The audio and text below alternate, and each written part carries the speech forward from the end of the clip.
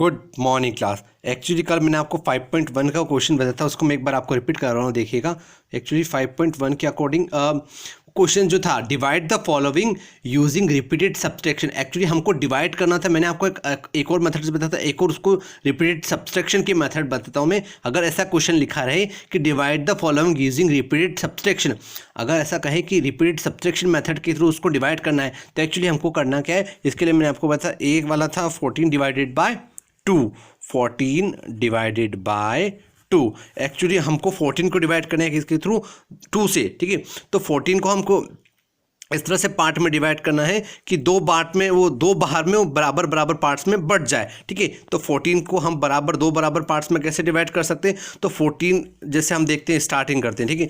1 2 3 4 5 6 7 8 9 10 11 12 13 14, ये 14 हो गए। अब इसको दो पार्ट में हमको डिवाइड करना है, ठीक है। तो ये कौन सी मेथड कर रहे हैं हम पढ़ रहे हैं, repeated subtraction. Which method is we are studying, repeated subtraction, repeated subtraction पढ़ रहे हैं, ठीक है। तो आप 14 को दो पार्ट्स में डिवाइड करना है, ठीक है। तो 14 को दो पार्ट्स में है, तो दो पार्ट में अगर 1 2 3 4 5 6 7, ये 7 हो गए। 1 2 3 4 5 6 7, तो ये हाफ हो गए इसके। तो एक पार्ट ये डिवाइड हो गया, ठीक है। और दूसरा क्या हो गया, फिर बचा 1 2 3 4 5 6 7, तो ये दूसरा पार्ट ये डिवाइड हो गया, ठीक है। तो 14 दो पार्ट्स में डिवाइड हो गया, है ना, आप देख। तो एक्चुअली 14 को 1 2 3 4 5 6 7 है, और दूसरा भी क्या है, 7 1 2 3 4 5 6 7।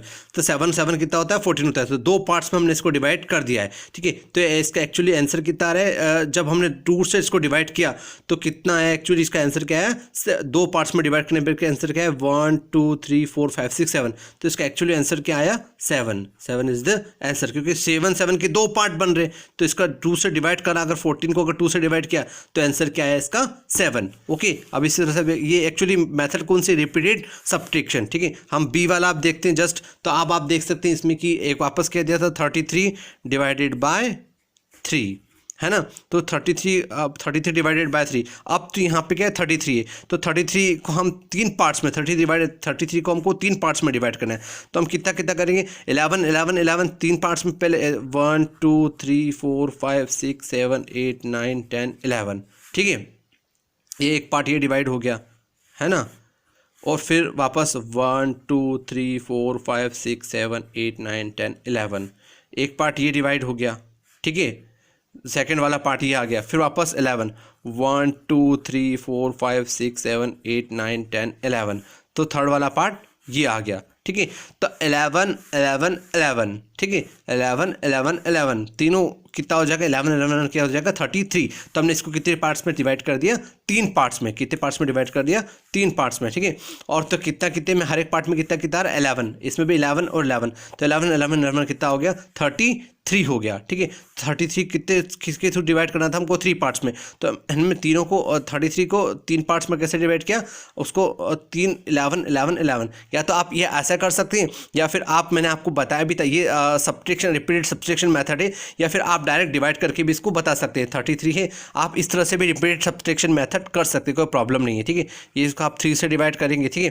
तो 3 1 जा 3, ठीक है। 3 में 3 गया तो 0 बचा, वापस 3 1 जा 3, ठीक है। तो वापस यहाँ क्या आ जाएगा, 3 1 जा 3। तो यहाँ वापस क्या आ जाएगा, 1, 3 1 जा 3 होता है। देखो एक बार तो 3 1 जा 3 0 आ गया, फिर वापस एक 3 1 जा 3 होता है, वापस क्या आ जाएगा, यहाँ 3 आ जाएगा, ठीक है। तो वापस 3 में से 3 गया तो कितना बचा, 0 बचा। तो एक्चुअली क्या आ गया, यहाँ पे क्या आ गया, 11, क्या आ गया, 11। तो एक्चुअली इसका आंसर क्या हो जाएगा, 11। एक्चुअली 5.2 का हम क्वेश्चन नंबर अब सेकंड करने वाले थे, जो कि दोनों बुक्स में कॉमन दिया है, सेकंड क्वेश्चन था, तो आप उसको देखिएगा, ठीक है। क्वेश्चन क्या लिखा है एक्चुअली कि complete the division and multiplication facts for the following.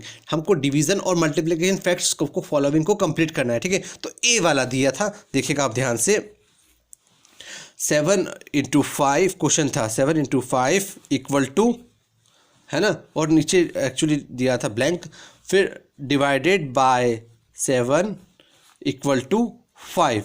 Actually अगर ऐसा क्वेश्चन आता है तो हमको बहुत सिंपल है, कुछ भी प्रोसेस फॉलो नहीं करनी, कंप्लीट द डिवीजन, उस डिवीजन को कंप्लीट करना मल्टीप्लिकेशन फैक्ट्स के थ्रू, ठीक है, multiplication facts for the following. Okay, तो हमको क्या करना है, हम जानते हैं 7 की टेबल 5 बार लेंगे, 7 5 जा कितना होता है, 7 5 जा 35,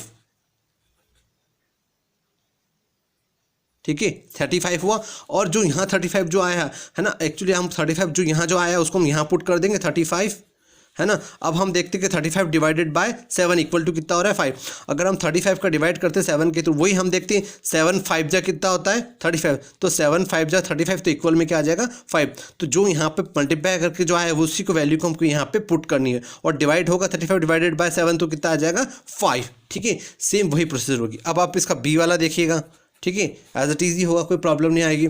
वही है कि 4 × 6 दिया है, 4 × 6 दिया है, इक्वल टू में लिखना है और उसके बाद हमको वापस नीचे वही प्रोसेस से ब्लैंक दिया है, फिर divided by 4 equal to 6। Okay, तो अब हमको इसके लिए क्या करना है, सबसे पहले हम क्या देखेंगे, 4 6 जा कितना होगा, 4 6 जा 24, 4 1 जा 4, 4 2 जा 8, 4 3 जा 12, 4 4 जा 16, 4 5 जा 20 और 4 6 जा 24, है ना। अब ये वाला जो 24 आया है, ठीक है, ये वाला 24 जो है इसको हम यहाँ कहाँ पुट कर देंगे, यहाँ पुट कर देंगे, ठीक है, क्योंकि हम जानते हैं और क्योंकि 24 का भी हम अगर 4 के थ्रू डिवाइड करेंगे, 24 डिवाइडेड बाय 4 तो क्या आएगा, 6 की वैल्यू क्या आएगी, 6 ही आएगी। 24 divided by 4 equal to 6,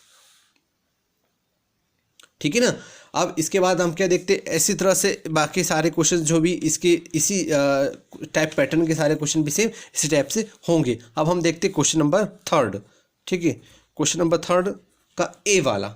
okay, actually इसमें क्या करना है, अब हमको दोनों आपकी दोनों बुक्स में कॉमन और सेम ही दिया हुआ है, ठीक है। तो इसमें हमको क्या करना है, divide the following numbers using multiplication tables. Actually हमको मल्टीप्लिकेशन टेबल्स बनानी है और मल्टीप्लिकेशन टेबल्स बनाने के बाद उसको क्या करना है, हमको डिवाइड बनाना है। क्या करना है, मल्टीप्लिकेशन टेबल बनानी है और उसके बाद हमको क्या करना है, एक्चुअली डिवाइड करना है। तो इसमें फर्स्ट क्वेश्चन क्या दिया, ए वाला क्या दिया था, 24 डिवाइडेड बाय 3, ठीक है। तो हमको 24 का डिवाइड किसके थ्रू करना है, 3 के थ्रू करना है फर्स्ट में। तो हमको क्या बनाना है, एक्चुअली मल्टीप्लिकेशन टेबल। तो मल्टीप्लिकेशन 24 किसके थ्रू हमको डिवाइड करना है, 3 के थ्रू डिवाइड करना है। तो हमको डिवाइड 24 डिवाइड किसके थ्रू करना है, 3 के थ्रू। तो हम 3 की मल्टीप्लिकेशन टेबल बनाएंगे।